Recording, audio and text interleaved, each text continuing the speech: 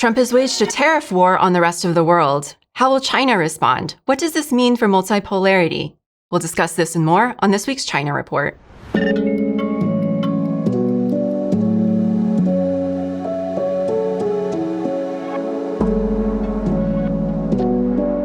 Welcome to the China Report, a show produced in collaboration with Pivot to Peace, where every week we'll be helping you sort through the propaganda with an independent view of the country that we're taught to hate, but know so little about.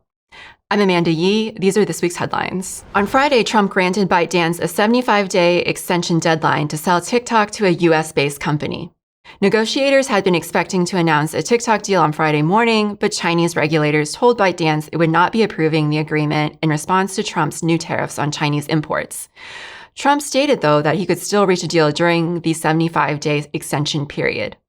Cloud technology company Oracle had been tapped by the White House as a top contender to lead a coalition of other investors to acquire a sizable stake in TikTok. Billionaire Republican donor and co-founder of Oracle, Larry Ellison, has long been a close ally of Trump. U.S. cybersecurity expert Wong is safe after he was targeted by the FBI, according to his lawyer. Wong was a tenured professor of computer science, engineering, and informatics at Indiana University in Bloomington, where he taught for over 20 years.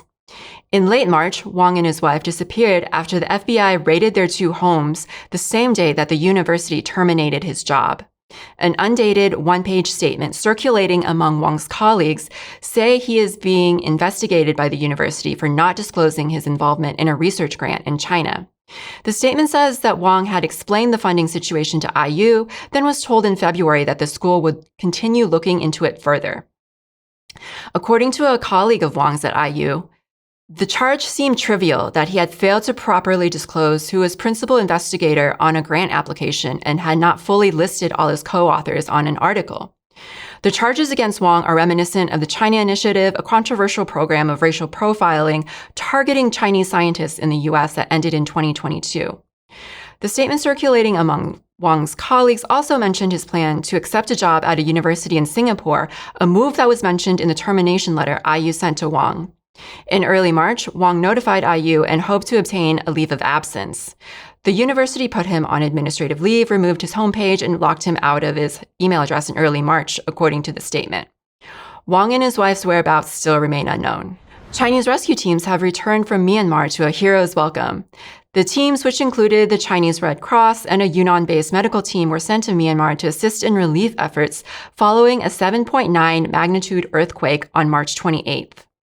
The teams provided medical aid, emotional support, and disease prevention plans, earning praise from Myanmar's leaders for their swift response and strengthening bilateral ties. The Blue Sky Rescue Team, a Chinese NGO, also played a key role, with volunteers even self-funding their own missions. Myanmar's officials noted the importance of future cooperation in disaster response between the two countries. China could potentially have a new powerful weapon against cancer. Chinese researchers have developed a new vaccine booster, which they say is capable of amplifying immune responses to tumors and infections up to 150-fold. The vaccine promises two benefits: enhanced treatments for malignancies such as melanoma and liver cancer, and improved vaccine effectiveness against rapidly mutating coronaviruses, such as the one that led to COVID-19. This research was jointly conducted by researchers from Guangzhou's Sun Yat-sen University, Fudan University, and Liaoning University, and published in Nature Journal on March 27th. The vaccine has shown promise in animal experiments, stopping the progression of disease in mice with specific melanomas. While all the mice in that trial survived, the control group only saw moderately slowed tumor growth, with around 90% of those mice dying within 5 weeks. In trials of the vaccine's efficacy against coronaviruses, the viral load in the lungs and brains of mice was only about 1% that of the control group, meaning the vaccine had effectively enhanced the antibody response in both the initial and booster immunizations. Well, stock markets plunged in response to Trump's sweeping tariffs last week. China has responded with its own 34% retaliatory tariffs, and they've accused the Trump administration of exploiting these measures to subvert the existing international economic and trade order. To discuss this, we are pleased to have on Eugene Puryear. Eugene is a journalist, writer, and co-host of The Freedom Side on Breakthrough News. Eugene, welcome to the China Report. Amanda, thank you so much for having me. Well, it's always great to have you on.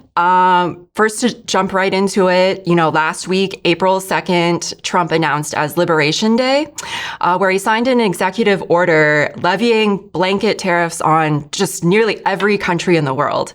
So maybe to begin, I want to play this clip that the White House released and get your initial thoughts. This is one of the most important days, in my opinion, American history.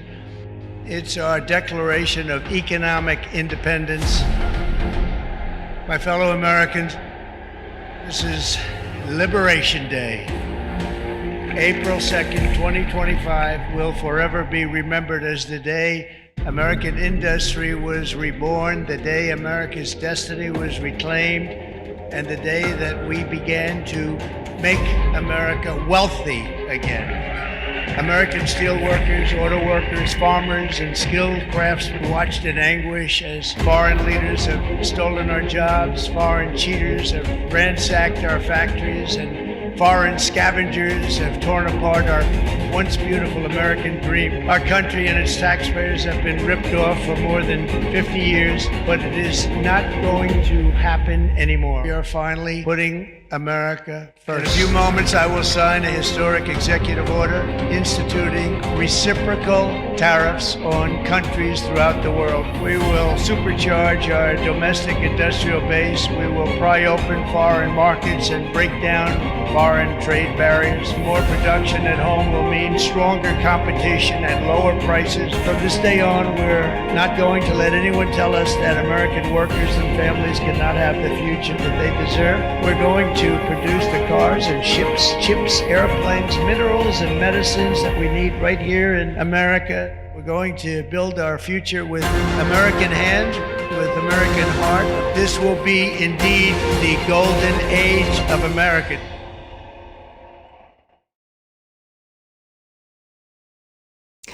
Yeah, so your initial thoughts on Trump bringing back the golden age of America?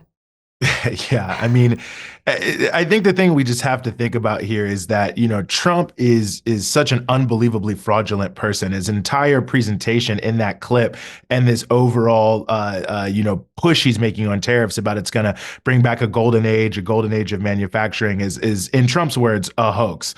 I mean, the first thing that you just have to consider when you look at what is happening with this tariff policy and how it's obviously a hoax vis-a-vis the issue of bringing back manufacturing is the fact that all these Trump officials are saying it's going to generate hundreds of billions of dollars in revenue. Peter Navarro, who's one of the most aggressive of these people, even made what I view as sort of fantastical claim that it's going to raise $6 trillion over the next 10 years. So $600 billion a year. So if they expected these tariffs to bring a huge amount of manufacturing back to the United States, you would assume that they wouldn't be expecting that it could create $6 trillion worth of tax revenue. But obviously, if they're assuming that it's going to create hundreds of billions of dollars, they're assuming that most of the jobs, in fact, will not come back, and that the various producers will just accept that there's a higher cost of production, and that most likely they will pass that cost on to consumers in the United States and other places around the world as relevant. And also, he sticks that little piece in there about how we're going to negotiate and bring down trade barriers. Well, that's exactly the same thing. On the one hand, Trump is saying, well, we have to change everything with global trade. We have to have these tariffs because, it's destroying the country and we need a totally different policy.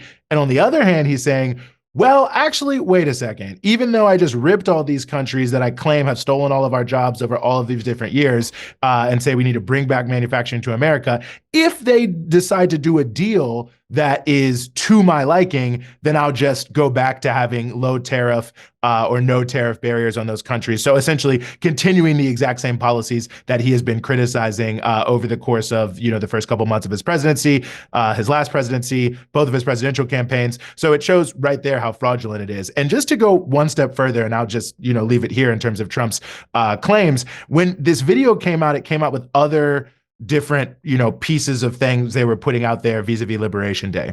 The White House put out a fact sheet about the reciprocal tariffs. I was searching the fact sheet closely to see, were they going to make any promises? How many jobs are you going to create? And you got to go all the way to the bottom, and it's a pretty long document. And then there's the very final bullet point that just cites an unnamed, unlinked study that says they're going to create 2.8 million jobs with this tariff policy. Now, I'm just going to take that at face value, that it's 2.8 million net manufacturing jobs. Like they're going to add nearly 3 million manufacturing workers to the workforce in America. And I thought, okay, well, that's the type of number that sounds good to you and I. But I did a little calculation based on the increase in population that would likely happen over the same period, let's say a 4-year period over his term. And what you'll see that it would essentially mean that even in their best case scenario, the increase in manufacturing jobs as a percentage of the population, the workforce rather, would go up 1%. Maybe 2%. And honestly, they're not going to create 2.8 million jobs. So the likelihood is that it won't even go that far. And manufacturing could end up being lower as a percentage of the workforce by the end of his term than it is now. So even the things they themselves are saying are proving that the so-called the sort of PR push they're putting behind this, which is to manipulate working class people in America who do feel the pain of deindustrialization, to manipulate them, to make them think that they're doing something other than just continuing their billionaire agenda. It has nothing to do with workers and certainly nothing to do with the manufacturing boom. Yeah, and I want to point out another thing that kind of sort of supports what you're saying, that this whole tariff thing is a hoax. There are a lot of things that you kind of touched upon that I want to return to a little bit later.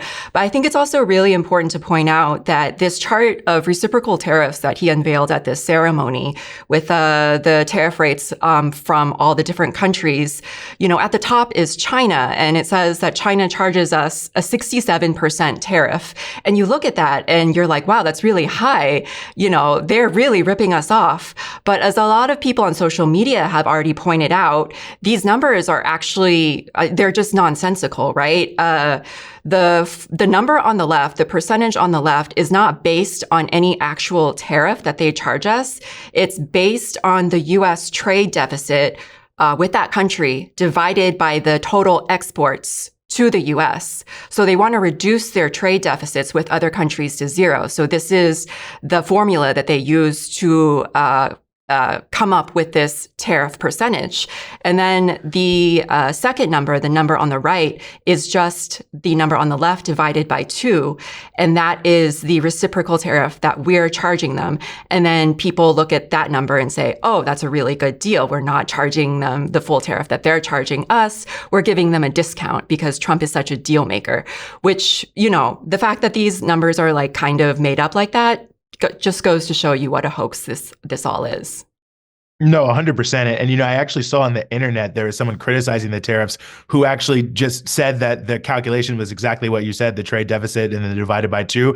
And someone from the U.S. trade representative was like, no, that's not true at all. Like, here's the formula we used. And the guy quote tweeted it and was like, yes, that's actually the formula for exactly what I said. So you can see they're just throwing anything they possibly can out there. You look at the fact sheet, they're just throwing a million different, pieces out there. They're calling things, sort of trade barriers that aren't really trade barriers. And they're denying the fact that, in many of these countries, U.S. corporations and brands are doing quite well. Like, I would not say Bangladesh is ripping off the United States or Vietnam is ripping off the United States because, a significant portion, the vast majority of things that they are producing that are coming to the United States are under U.S. brands, the Nikes of the world, the Nintendos of the world, the t-shirt companies of the world. And this is true of Southeast Asia, South Asia, parts of East Asia. And the majority of the value from these goods is actually being appropriated by these U.S. companies that control the licensing, over the private property, right? So Apple's not making most of the phones, but nonetheless, they're getting most of the money from the phones. Same thing with shoes, same thing with electronics.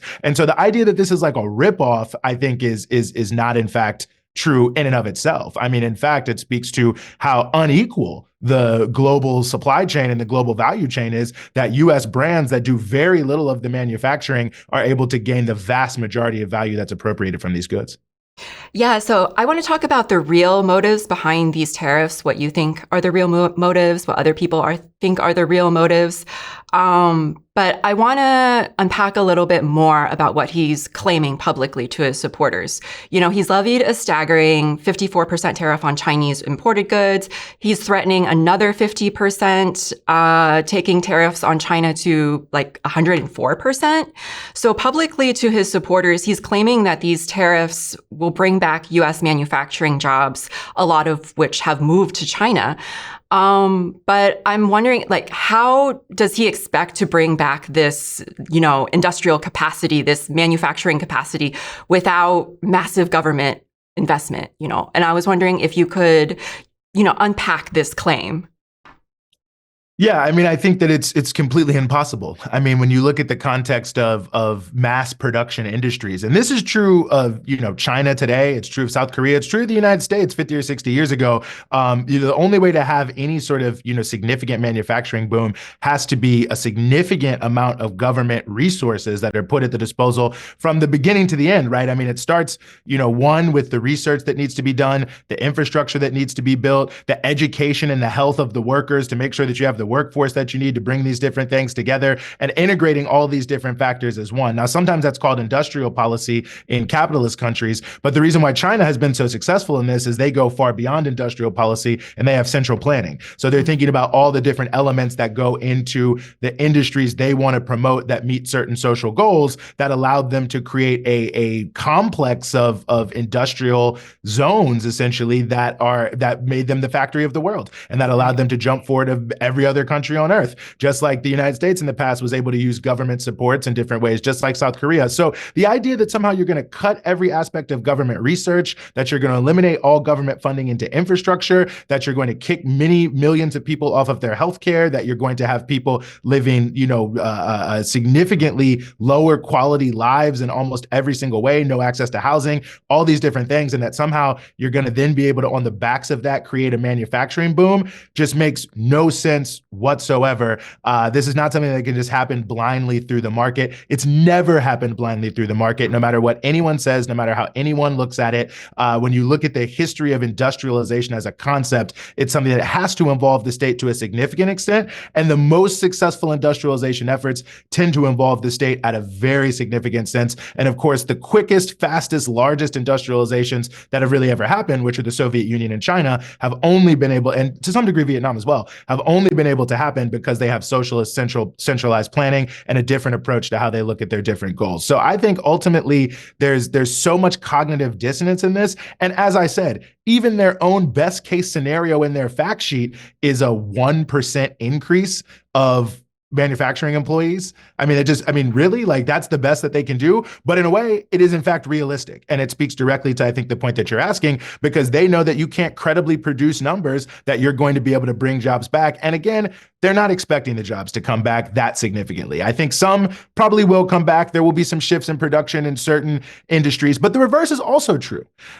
You look at a company like Boeing, for instance, and Boeing is indicative of a lot of manufacturing companies. And this is a debated figure, but there is a Brookings study that says that, something like for U.S. manufacturers, they're heavily dependent, like over 50, 60, 70, 80, 90% on at least some inputs coming from China. So the way that you think about that is Boeing, of course, huge manufacturing company in America. And the aerospace industry is one of the main manufacturing industries that's still like going, booming, where America is at the top of the charts. So if all of a sudden the inputs that Boeing is bringing in from China are more expensive for them, that means that Airbus, their main competitor, will gain an edge. And if Airbus gains an edge on Boeing, that means Boeing will lose business. And if Boeing loses business, guess what happens? Workers in the manufacturing sector, one of the best elements of the manufacturing sector in America, will in fact lose jobs. I saw the National Association of Manufacturers, which is the capitalist lobby for manufacturers, estimated, like right after Trump announced this, something like 56% of all U.S. imports are from manufacturers. That's their number. I don't know 100%. But the point I'm making here is, in addition to the points I'm already making about how it's impossible to have like a free market, state-free industrial boom, when you actually look at the real manufacturing sector that's left in the United States of America, which still has 12 million workers, by the way, almost 13 million workers, many of those workers could in fact be hurt because their own competitiveness of those corporations are based on inputs that are coming from China. So in addition to not being able to create a manufacturing boom, he could actually hurt U.S. manufacturing, which is something that has been discussed, relatively significant in the financial media. So yet again, you see how this is a bait and switch coming from the Trump administration when you really look at it all. Well, I want to talk about, what could possibly be some of the real motivations behind this tariff policy. And I've seen a couple put forth, and I want to get your input on both of them. So we'll start with the first one. The first one I've seen is from Yanis Varoufakis, which is that Trump is trying to reduce the U.S. trade deficit while still maintaining the dollar as the leading global currency. So Trump is trying to deliver an economic shock pretty similar to what Nixon did in 1971 when he blew up the Bretton Woods financial order and the Bretton Woods system, and he suspended the dollar's convertibility to gold. So the tariffs are meant to reshape the global economy and to force trading partners to revalue their currencies against the US dollar. And that's kind of Trump's final Hail Mary as a way of preserving the dollar's global hegemony for at least a few more decades. So I'm wondering, what is the viability of that? Do you think that's the true motivation here?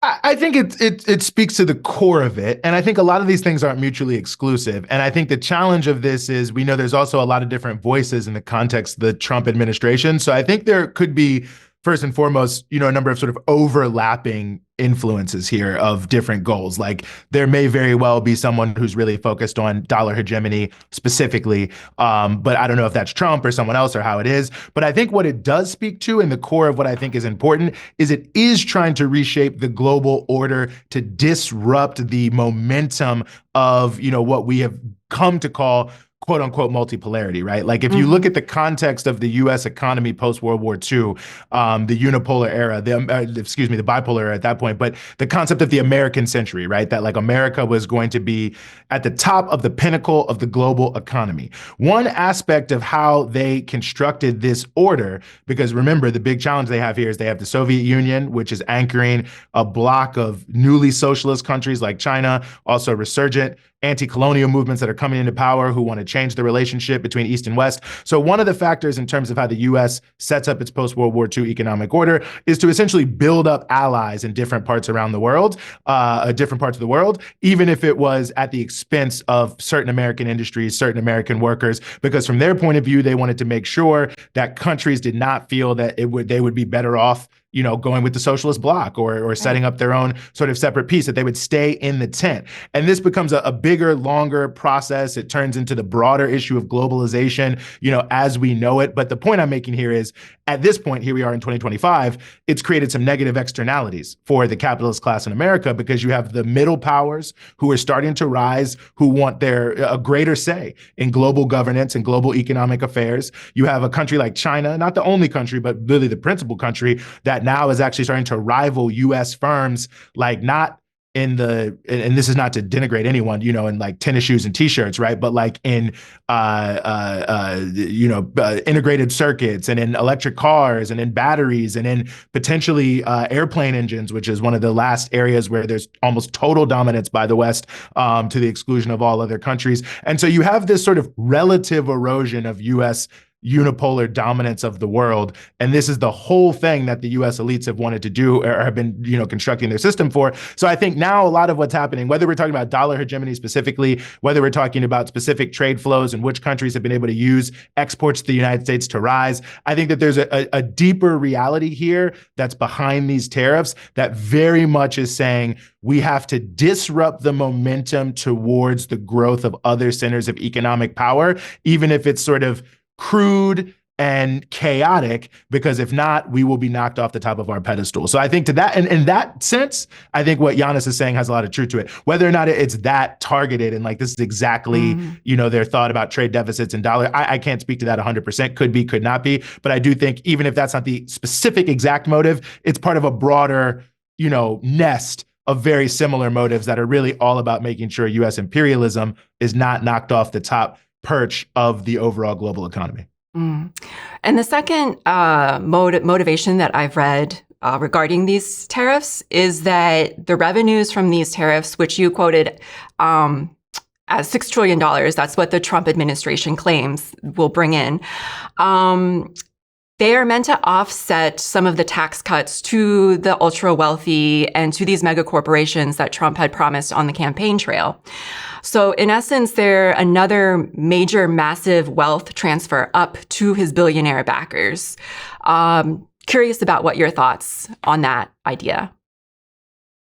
Yeah, I think there's also a lot to that as well. I don't know if it's the primary idea, but I do think that's the way it seems to be working out in terms of how they see it. Now, how much revenue they'll really create, let's see. I mean, the tax foundation is saying it's $254 billion. But even if it was the $600 billion a year, that actually would not really stem the total impact of cuts. So I think that there's a sort of multi-level way we have to look at this. And I think the most important way we have to look at the issue of its role as a revenue generator is as a method of social control. That the level of cuts that's being proposed by the Trump administration is so massive, it's hard to even, confound to really look at it. I mean, you got, just one program in the healthcare realm where they're saying they're going to cut $880 billion. There's one estimate I saw where people kind of added up the things Trump has been saying in terms of the Trump tax cuts, new tax cuts, cuts to the government, different things like that, saying that he's proposed as much as $7 trillion of cuts.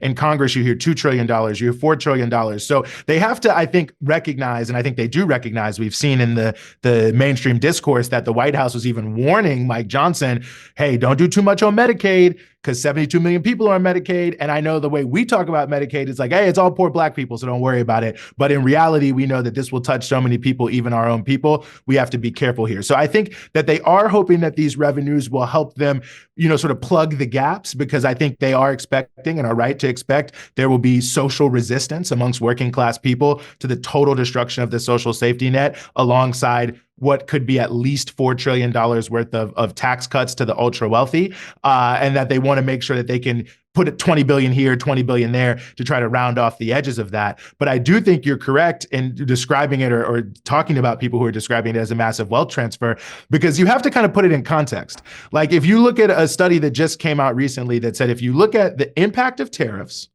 and you add to that the impact of cuts to SNAP and Medicaid rather, excuse me, and then you also add to that the impact of the tax cuts, the bottom 60% of people in terms of income in the United States will lose about $1,500 in income.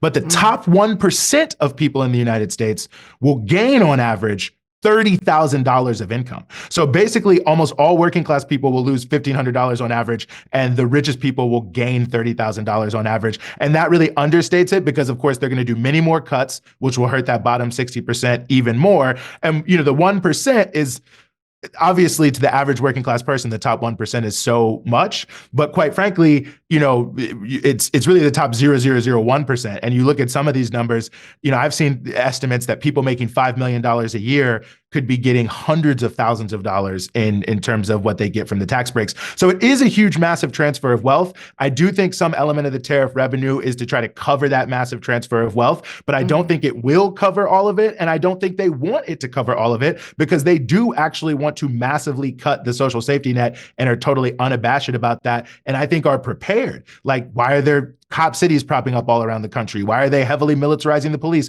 Why are they talking about the need to crush protesters? Why are they, deporting people and creating fear amongst green card holders who are speaking up about labor issues or Palestine or whatever it may be? Because I think they're prepared and ready to crack down aggressively. But I think they know, you have to be somewhat smart. So they're creating some cushion for themselves. So I don't think it's the principal motive of the tariffs, to be honest with you, but I think they're thinking about it holistically and thinking like, okay, yes, we're going to lie to people about these jobs. Most of the jobs aren't going to move. We're going to make a lot of money on the revenue. We're going to be able to try to hold down these countries that are challenging us. And we're going to be able to kind of backstop ourselves a little bit with the massive destruction we're getting ready to put on top of working class people. Just not to put a fine point on it, people making $55,000 or less, one study estimates that your cost of living will go up 5 to 6%. And the largest impact of that will be on people making under $30,000. So basically people making poverty wages. So it's all of a piece in that sense. I think at home and abroad, they don't want any countries challenging U.S. Hegemony over the imperial system, over the world economy.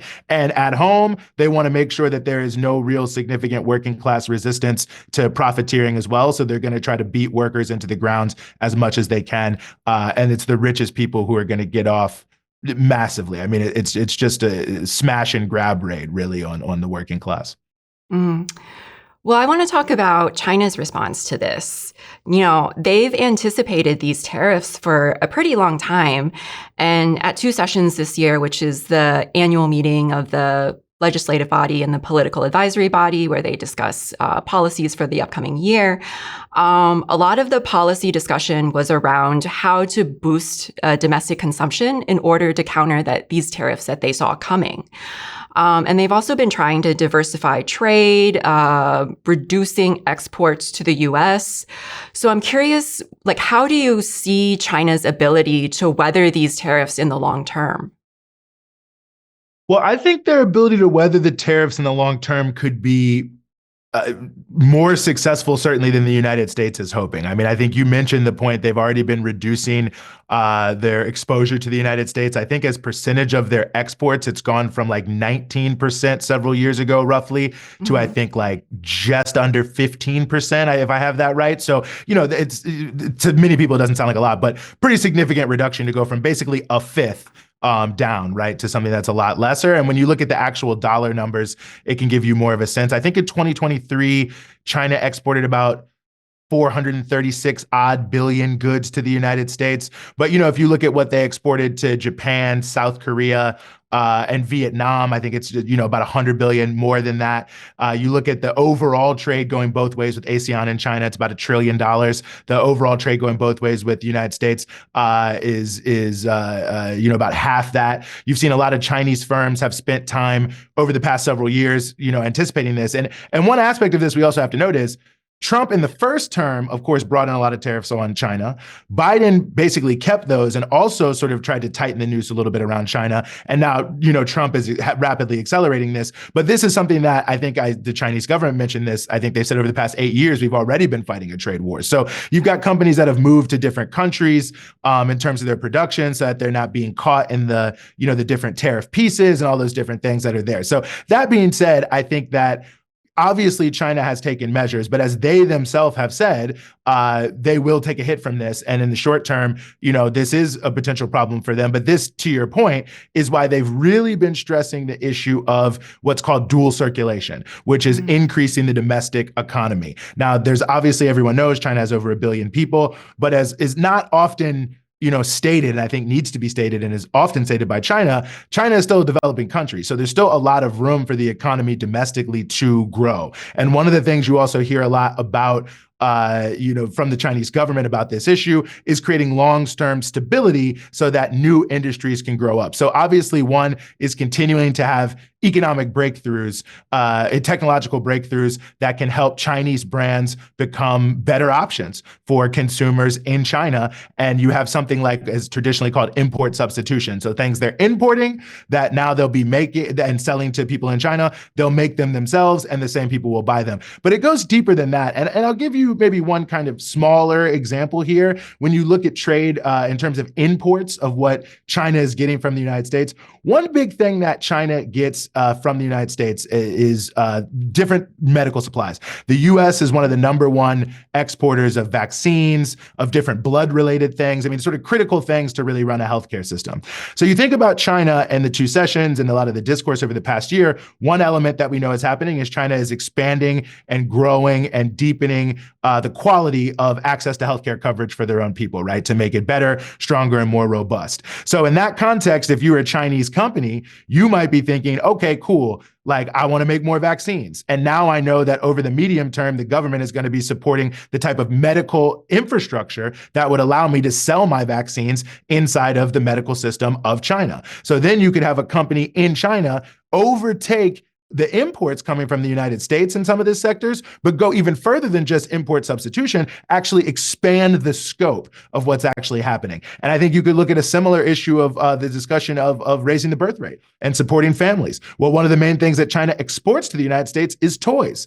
And I think that's interesting because, MAGA always says they're about families, but ultimately it seems they're putting a tax on family happiness by putting a tax on toys. But, more children, more toys, right? So it opens up more opportunities for an industry. It's going to be hit hard for sure by the U.S. tariffs if they continue this way, because a lot of these toys are coming to the United States, but that potentially could find a way to jigger itself more into the internal economy. And also, I think to just add on to this, the point that you made as well, that China is continuing their what they call reform and opening up. And they're opening up more opportunities for other countries to sell their goods inside of China. A very interesting article I read recently in the Chinese press was about the China-India relationship. Now, China makes a lot of intermediate goods, like the things that go into things, right? Like you think about a phone, you think about a car, you think about a TV. Like we often think about the final product, but obviously, as we all know, when you break it open, there's a lot of little parts. Well, a lot of those little parts, a lot of those little technological parts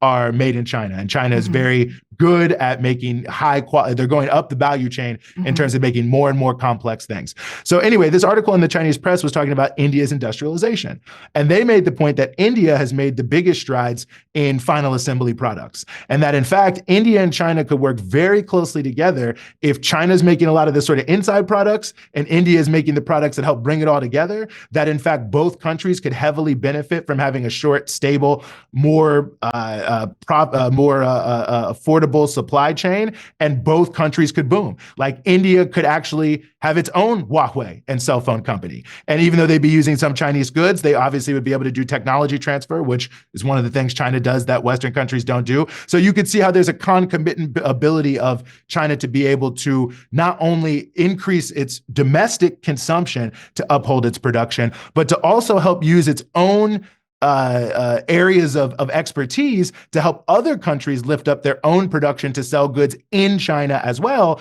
in addition to their own large home markets, which of course India, also a huge one. And then you can see the impact on agriculture in Africa, especially where agro-industrial processing is that's the wave in Africa. Because in Africa, most people recognize that just being mineral resource countries is like not really going to work. It's not sustainable. The resources run out. We're moving to a different type of economy in the green economy. And that agriculture at least holds the possibility of a much more sustainable economy for Africa. Agro-industrial processing, a much more sustainable form of industrialization. But where are you going to sell this stuff? Now, of course, principally African countries are trying to sell to other African countries. But what you're starting to see is, juices, coffees, all sorts of different, products, food products are coming into China because they have zero tariffs on them. And China is making an effort to get them in there. And you see at all the trade fairs now, all the African producers of different agricultural goods, finished agricultural goods, looking to get more in the game in the Chinese market as well. And so ultimately, not only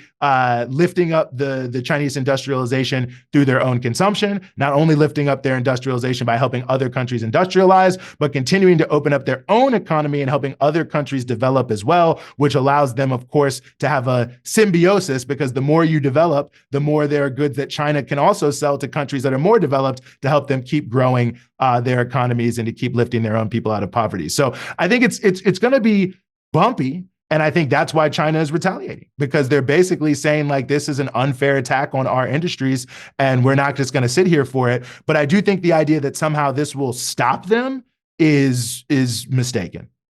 Yeah, I mean, you raise a really good point about these tariffs that are meant to kneecap China, but could actually create opportunities for them, right? If you look at this tariff chart that Trump unveiled, at the top of the list are, a lot of U.S. allies.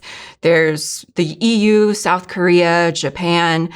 And a lot of mainstream media liberal commentators are saying that Trump's tariffs could actually backfire and help China. Like, these tariffs could pave the way for China to lead new alliances in Asia. It could force other countries to reorient their economies, to move away from U.S. trade and work with other countries such as China.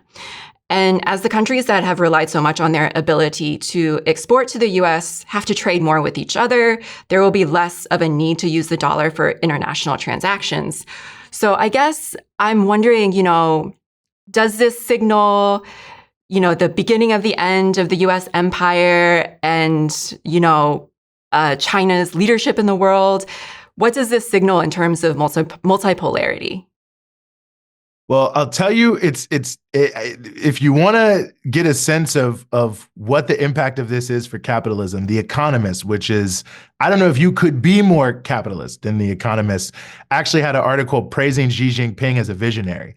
And The Economist never wants to say anything positive about China. So like that's how bad it has gotten. I mean, I'm always hesitant to say sort of beginning of the end, right? Because you look at the Roman Empire, for instance, crisis of the third century, you thought it was going down. They found a way to work it out under Diocletian. So who knows? But the potentiality of this being a massive own goal for the United States imperialist economy, I think is very high. I mean, the point that you're making is correct. I mean, there's so many other countries that, are not in favor of this. And you look at the China, South Korea, Japan meeting recently that took place with foreign ministers in Japan. This was one of the things that they were talking about, was how they need to more deeply integrate their economies. I mean, they're already pretty integrated, and those countries do a lot of trade with each other, but that they have to continue to deepen that. And we don't know what's going to happen in South Korea, of course, with the next president, but assuming that the more liberal parties will come back, they tend to also look a little bit more favorably on trade with China. I mean, you never know, but nonetheless, that is the thing. You look at a country, you look at Vietnam.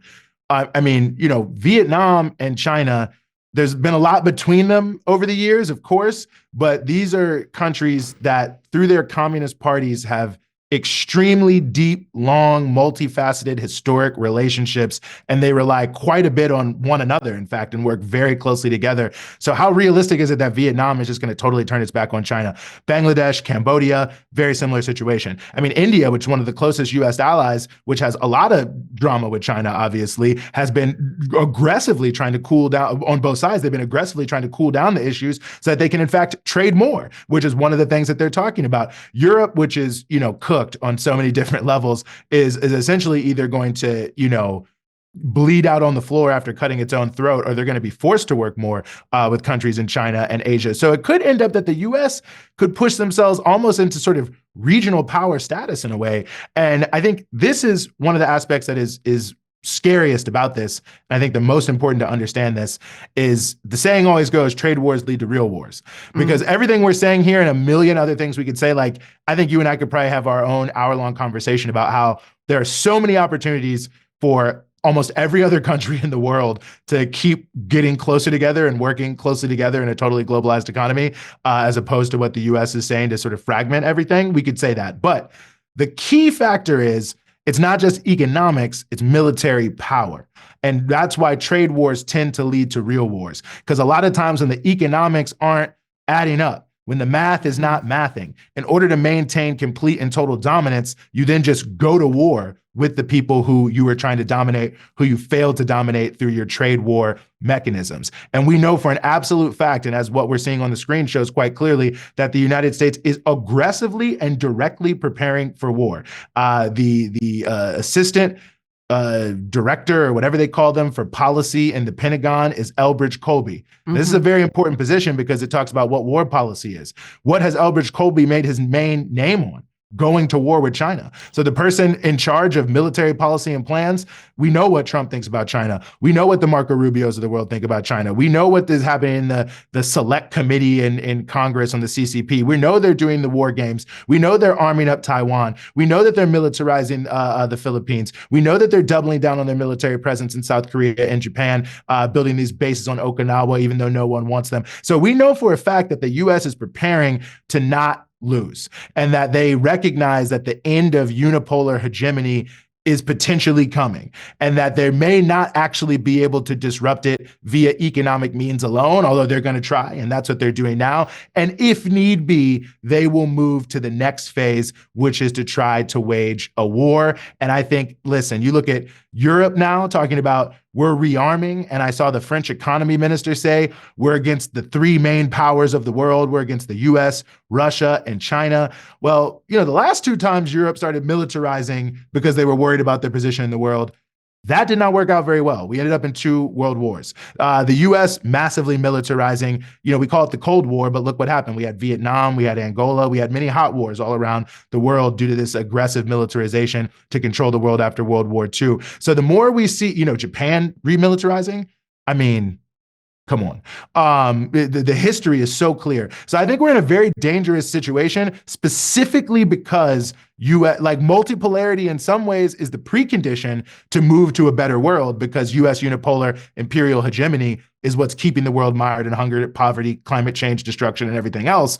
But because it's an issue of shifting from the historic world powers to a new world where those old world powers are less powerful. And even more to that point, these historically white countries that controlled everything are losing power to countries that are non-white, who they historically have viewed in a racist, inferior way, are now gaining power. That in that transition, someone might decide, you know what?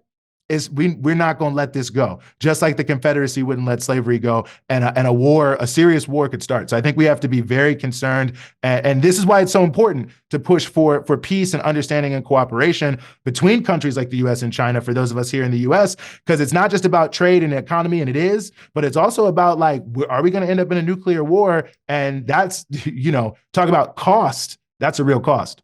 Yeah, absolutely. Well, Eugene, thank you so much for coming on the China Report and helping us understand, the tariffs and what it means in this geopolitical context. Amanda, it's an honor to be on. It's a great show. I appreciate you having me. Last Friday, April 2nd, marked the Qing Ming festival in China, also known as Tomb Sweeping Day. It's a day where traditionally Chinese families honor their ancestors, visit their tombs, clean their gravesites, and bring offerings of fruit and food dishes. On the eve of the festival this year, starting at 5 a.m. Thursday morning, around 2,000 middle school students and teachers in northwest China walked 54 kilometers or 33 miles to Martyrs Cemetery to honor the hundreds of fallen soldiers who died fighting for China's national independence. This tradition has gone on for 30 years now, with over 30,000 participating. So we'll leave you with this clip, and we'll see you next week on the China Report.